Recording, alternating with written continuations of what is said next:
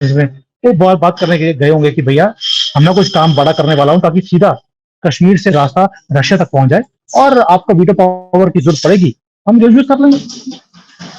कई मुल्क ऐसे हैं जिनके पेट में शदीद दर्द शुरू हुई है, उन्हें अच्छे डॉक्टर के पास जाना चाहिए, जिसमें एक अमेरिका है, जिसमें यूक्रेन है। यूक्रेन में तो मीम बनाए जा रहे हैं प्राइम मिनिस्टर नरेंद्र मोदी की, अच्छा? जो रशिया के साथ दोस्त, चाइना को भी प्रॉब्लम है सारी चीज को लेके। हालांकि चाइना के बीच में वायरल है इस time prime minister Narendra Modi. आपको पता है उनके सोशल मीडिया पे, उनके मेन स्ट्रीम मीडिया पे इस टाइम सिर्फ मोदी ही नजर आ रहे हैं। रशिया की जो गर्ल्स हैं, फीमेल जो हैं, वो प्रॉपर इंडिया के ड्रेस पहन रही है, उसके ऊपर कल्चरली डांस किया जा रहा है। आर्कटिक रीजन पे जो है, क्योंकि रशिया जो है वो नॉर्दर्न मोस्ट कंट्री है, तो आपका आर्कटिक रीजन पे वो है, उसके गवर्नेंस के लिए ट्रीटी और ये वो काफी मिनरल है, काफी कुछ है वहां से जो एक्सप्लोर किया जा सकता है। लेकिन बॉटम लाइन ये कि रशिया के लिए जो इस समय इंपॉर्टेंट है to come out of the quagmire called Ukraine war, वो उससे बाहर निकलना चाहते हैं। और मोदी जी ने G7 के साइडलाइन पे बातचीत भी किया था, क्या नाम है इनसे, आपका व्लादिमीर जेलेंस्की साहब से। तो मुझे ये लगता है कि ये भले हम लोग को कुछ भी फीड किया जाए कि आर्कटिक सर्कल पे बातचीत हुई, सी रूट डेवलपमेंट पे बातचीत की गई, बाकी डेवलपमेंट के लिए भी बातचीत की गई, बट द बॉटम लाइन कहीं ना कहीं ये होगी कि अगर वो कह रहे हैं पुतिन साहब की मैं ये शर्तें हैं मेरी, और अगर ये मान लें तो मैं इस युद्ध को रोकने के लिए तैयार हूं, क्योंकि इस युद्ध से किसी को कुछ नहीं मिल रहा।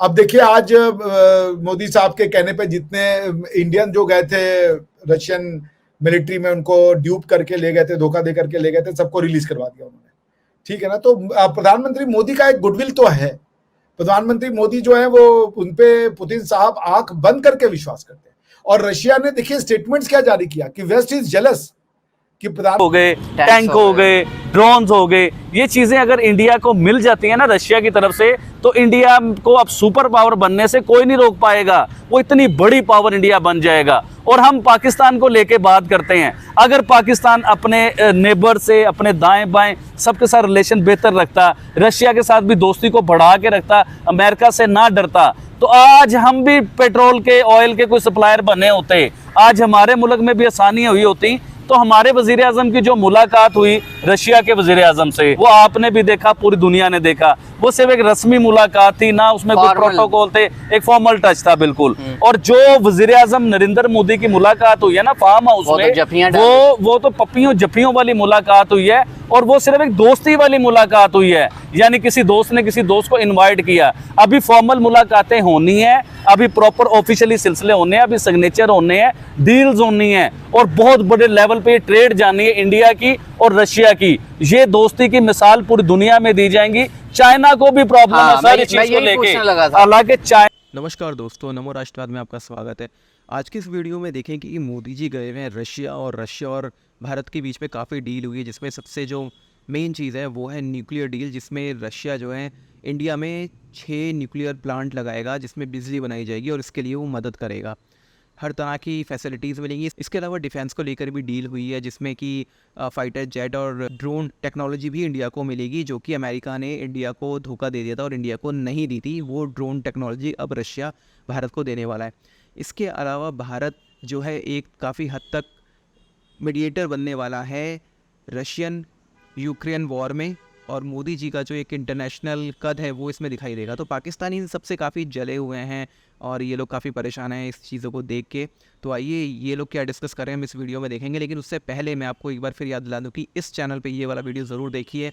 अगले कुछ दिनों में, 2 दिनों में नेक्स्ट वीडियो पोस्ट करने वाला हूँ, मे बी फ्राइडे को, तो उसको भी मैं अपडेट ज़रूर दूँगा, उसका अपडेट भी मैं आपको जल्दी देने वाला हूँ। आइए शुरू करते हैं इस वीडियो के साथ। जो मेरी अपनी प्रेडिक्शन है कि आने वाले दिनों में, फ्यूचर के अंदर इंडिया के रिलेशनशिप चाइना से बेहतर होंगे। बॉर्डर कॉन्फ्लिक्ट जो है उसको भी रिजॉल्व किया हो जाएगा, और उसके बाद मेरे ख्याल, क्योंकि इस वक्त भारत की तरक्की के लिए जरूरी है कि वो इश्यूज से निकलकर इकानमी पे तवज्जो दे इस वक्त, और उसमें इकानमी, क्योंकि उसमें ब्रेक आनी नहीं चाहिए जिस तसलसल से भारत की इकानमी ग्रो कर रही है।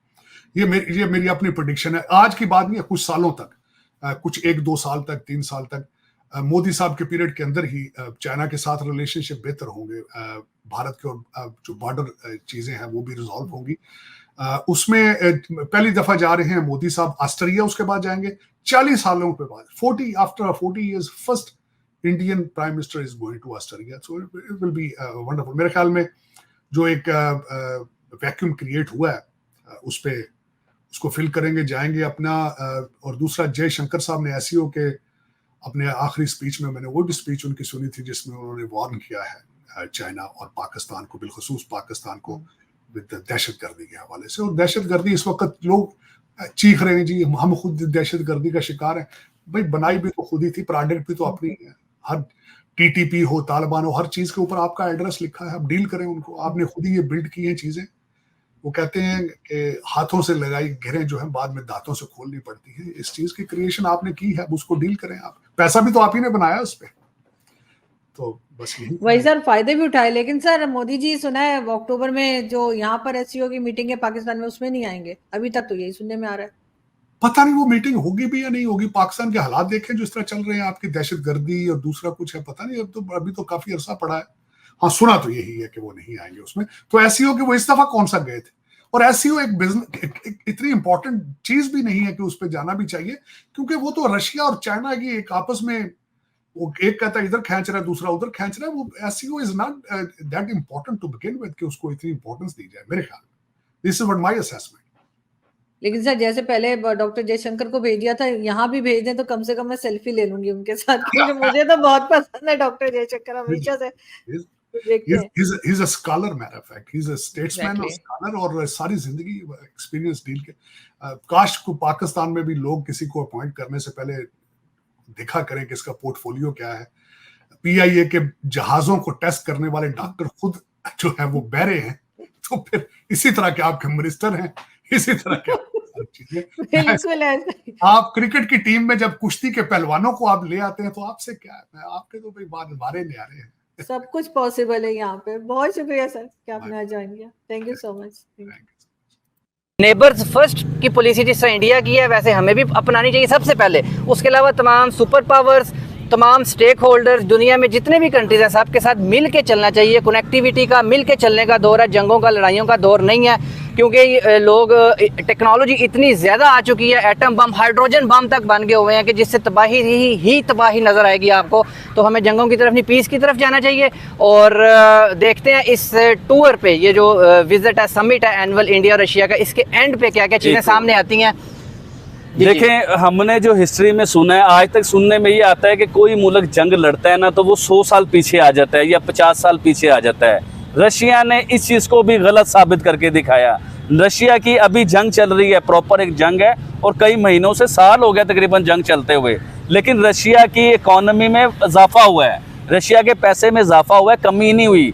तो इसने ये भी बता दे कि जंग लड़ के भी हम एनी टाइम 2-4 मुल्कों से जंग लड़ भी लेना तो जब भी हम कंगाल नहीं होंगे, हम फकीर नहीं होंगे। वो दरअसल उन्होंने डॉलर की हेजमनी को ख़त्म किया, ठीक है। और जो अपना ऑयल है अपनी करेंसी में, फॉर एग्जांपल जैसा इंडिया रशिया की हम बात सुनते हैं कि इनकी ट्रेड चलने वाली है इंडियन रुपी में, यानी वो डॉलर को किसी तरह अंदर से निकाल रहे हैं, इस फैक्टर को निकाल रहे हैं जो कि सारी इकोनॉमी को कंट्रोल करता है दुनिया। will play a very important role to resolve the dispute. I am pretty sure कि ये इंडिया की गुड ऑफिसेज में जो war between Russia and Ukraine है, इसको रिजोल्यूशन किया जाएगा। लेकिन सर और भी दूसरी बड़ी कंट्रीज हैं, जैसे कि अमेरिका हो गया, चाइना को भी हम काउंट कर सकते हैं बड़ी कंट्रीज में। तो ये दोनों कंट्रीज इतनी एक्टिव दिखाई नहीं दे रही हैं इस तरह की वॉर को रोकने के लिए। अमेरिका के लिए तो कहा जा रहा है कि वो हथियार बेच रहा है, इस वजह से शायद वो इंटरेस्टेड नहीं है। तो चाइना भी जो है वो भी खामोश है। तो भारत जो है वो हर जगह जाकर जो है, अगर मोदी जी ने ही सारे डिस्प्यूट का हल कराने, तो बाकी लोग क्या कर रहे हैं? आराम से बैठे हुए, क्योंकि जाहिर है एक डिस्प्यूट ये भी है, दूसरा जो है वो इजराइल और हमास के दरमियान भी चल रहा है, वहां पर भी जो है मोदी जी को ही का ही नाम लिया जा रहा है। नहीं, देखिए, ऐसा है कि डिस्प्यूट्स कई है, रिजॉल्व कई लोग कराना चाहते हैं, पर आप सबको आर्बिट्रेटर तो नहीं बनाते ना। याद रखें, इमरान खान साहब का समय याद है जब उनको डोनाल्ड ट्रम्प साहब ने कहा था कि मैं आप लोग के कश्मीर मुद्दे को सॉल्व करवाने के लिए तैयार हूं, और मुझसे मोदी साहब ने कहा था कि ये मामला रिजॉल्व करवा दो। तो इंडिया ने बार बार कहा है कि हमें अपने कश्मीर मुद्दे पे किसी फॉरेन के हेल्प की जरूरत नहीं है। तो पॉइंट ये नहीं है कि वो क्या कर रहे हैं। प्रेसिडेंट शी जिनपिंग जो होंगे वो दौड़ के जाना चाहेंगे। कौन ये नहीं क्रेडिट लेना चाहेगा कि मैंने रशिया और यूक्रेन का वॉर रुकवा दिया। मगर पॉइंट ये कि दोनों पार्टी आपको पहले आर्बिट्रेटर तो बनाए, दोनों पार्टी को आपके ऊपर भरोसा तो हो। जब ये वॉर शुरू हुआ था तो उसके बाद जो हमारे यहाँ यूक्रेन के एम्बेसडर थे उन्होंने कहा था कि अगर इस वॉर को कोई रुकवा सकता है तो एक नाम है, उनका नाम है पूरी दुनिया में श्री नरेंद्र मोदी। और ये बात बार बार वो कह रहे हैं, क्या नाम है, व्लादिमीर पुतिन साहब, कि अगर हमें किसी पे भरोसा है तो वो पुतिन पे, वो मोदी साहब पे। वो ऑनेस्ट आदमी है, वो अपने देश का वेलफेयर देखते हैं, उनकी पॉलिसी, फॉरेन पॉलिसी न्यूट्रल है। तो वो ये क्या कह रहे हैं, वो ये कह रहे हैं कि अगर आप मेरे लिए आर्बिट्रेटर करोगे तो मैं जानता हूं कि आप इन्फ्लुएंस नहीं होगे किसी बाहरी ताकतों से। तो ऐसा नहीं है कि शी जिनपिंग नहीं बनना चाहते, मगर क्या शी जिनपिंग को पुतिन साहब एक्सेप्ट करेंगे? क्या शी जिनपिंग को व्लादिमीर जेलेंस्की एक्सेप्ट कर लेंगे? और अगर ये दोनों कर भी ले तो क्या इनको वेस्ट एक्सेप्ट कर लेगा? नहीं करेगा। मगर मोदी जी एक ऐसा फेस है कि इनको सब एक्सेप्ट करने के लिए तैयार हैं। और उसका रीजन है कि मोदी जी की जो पर्सनालिटी है, उन्होंने 10 साल जो क्रेडिबिलिटी अर्न की है पूरी दुनिया में अपने कुशल नेतृत्व की, और उनकी जो एक ट्रांसपेरेंट और सबका साथ, सबका विकास, सबका प्रयास, सबका विश्वास की जो पॉलिसी है, वसुधैव कुटुंबकम की जो पॉलिसी है भारत की, कि अहम निजः परोवेति गणना लघु चेतसाम उदार चरिता नाम तू वसुधैव कुटुंबकम की जो पॉलिसी है वो मोदी साहब लेके चल रहे हैं। इसलिए मैं कह रहा हूं, ऐसा नहीं कि शी जिनपिंग नहीं चाहते। शी जिनपिंग साहब ने कहा कि हम ईरान वाला मैटर सॉल्व करा सकते हैं, गए तो थे वो ईरान और सऊदी अरेबिया को बैठा करके मैटर सॉल्व करने। हुआ भी था कुछ दिन पहले, आपको याद होगा 1 साल 6 महीने पहले एक रेजोल्यूशन भी साइन हुआ था बिटवीन ईरान और सऊदी अरेबिया। कर तो रहे हैं, लेकिन सऊदी अरे चाइना और Russia, it's not at the same term जो रशिया और इंडिया है भाई। पुतिन साहब हैव फेथ इन मोदी साहब, जिसे कहते हैं आंख बंद करके वो बात मानने को तैयार होंगे, क्योंकि मोदी साहब इकलौते हैं जिन्होंने पुतिन साहब के फेस पे कहा था कि this is not an era of war. उसके बाद भी पुतिन साहब ने ये नहीं कहा कि ये आदमी ने मेरे ईगो को हर्ट कर दिया, क्योंकि वो जानते थे कि जो ये बात कह रहे वो सत्य है। और इस वॉर को शुरू करके पुतिन साहब ने एक बेकार का फ्रंट खोल दिया, बेकार का नुकसान हो रहा है। मैं रशिया में था, कितनी फाइनेंशियल ट्रांजेक्शंस की दिक्कतें होती हैं वो मैं जानता हूँ, ठीक है ना। सो ऑल इन ऑल मतलब यही है कि अगर वो कर रहे हैं एक्सेप्ट तो स्वीकार है, लेकिन कोई जिनपिंग साहब को नहीं चाहता, कोई बाइडेन साहब को नहीं चाहता। पूरी दुनिया सिर्फ एक आदमी को चाहती है और उनका नाम है Narendra Damodar Das Modi. The man is a world leader and people trust. अभी तक तो यही लगता है कि ट्रंप आने वाला है, लेकिन बाइडेन भी बहुत बड़ा लिबरांडो है। वो इतनी जगह जल्दी से हार मानने वाले नहीं है। वो कोई ना कोई धांधली करेंगे, कोई ना कोई उल्टा सीधा काम करेंगे इलेक्शन को जीतने के लिए। 2020 में भी किया था, अभी भी कर लेंगे, उनको क्या फर्क पड़ता है। और इसीलिए उन्होंने अपने बॉर्डर भी खोला हुआ है, जिसको आना है आ जाइए। आपके पास वोटर आईडी नहीं भी है तो भी आप वोट कर सकते हैं। अमेरिका में तो इतना बुरा हाल है कि उन्होंने अपना वोटर बैंक वैसे ही बनाया है जैसे ये वाला है, अपने वही मुसलमानों को इम्पोर्ट कर करके तो सानू वोट दे दो, ਤੁਹਾਨੂੰ ਅਸੀਂ घर दे देंगे, पैसे दे देंगे। अब मुसलमानों को तो फ्री चाहिए, आपको तो पता ही है, उसी डीएनए से आती है। सर क्या बार बार आप हमारे हमारे यहाँ टक्कर ना मारा करें, आपको पता है ना हमारे बड़े खतरनाक लोग हैं, थोड़ी एहतियात करें, क्योंकि मैं जब आपके साथ शो करूंगी और आपकी सरी नहीं होगा तो हम क्या किससे बात करेंगे, बताए जवाब कैसे आएगा आपका? मुझे तो ये समझ नहीं आती। जिहादियों के खिलाफ जिहाद मैंने भी शुरू किया हुआ है, चिंता मत करो। तो दोस्तों वीडियो आपने देख लिया है और वीडियो में आपने को बिल्कुल समझ में आ गया हो कि पूरी दुनिया की किस तरह से नज़र थी मोदी जी के इस विज़िट पे। ये 22वां समिट था, इंडियन रशियन समिट, जो कि 22वां समिट था और काफ़ी साल बाद, लगभग 5 साल बाद मोदी जी गए थे रशिया। और इसका मेन रीज़न यही था कि रशिया और यूक्रेन के बीच में जो वॉर चल रही है तो उसका रीज़न था कि कोई भी विज़िट नहीं कर रहा था रशिया को, और अमेरिका भी चाहता था कि नहीं करे, पर भारत ने ऐसा नहीं किया। मोदी जी गए हैं रशिया और उन्होंने पूरी डील की है रशियंस के साथ। और इसमें ऑयल को लेके तो हुई है, साथ में सबसे जो अहम चीज़ है वो न्यूक्लियर रिएक्टर को लेके थी, जो कि भारत में बनाने में अब रशिया मदद करेगा। और 6 या 7 न्यूक्लियर रिएक्टर भारत में लगाए जाएंगे जिसमें बिजली बनाई जाएगी। और पाकिस्तानी तो फिर इसमें इन्हें जलना था ही। इमरान खान गया था रशिया और उसकी पूरी कोशिश थी कि भाई रशिया और जो पाकिस्तान के संबंध है उससे सुधार आ जाए। लेकिन उसी समय यूक्रेन रशिया वॉर स्टार्ट हो गई और फिर जो बाइकआउट हुआ पूरी दुनिया में, तो पाकिस्तान के तो बस की बात था नहीं कि वो अमेरिका को ना कर पाता, तो ये लोग हट गए, पीछे हट गए। और भारत ने जो डील की ऑयल को लेके और उसके बाद जो एक रिलेशन बना है वो बहुत ही अहम था दोनों ही देशों के लिए।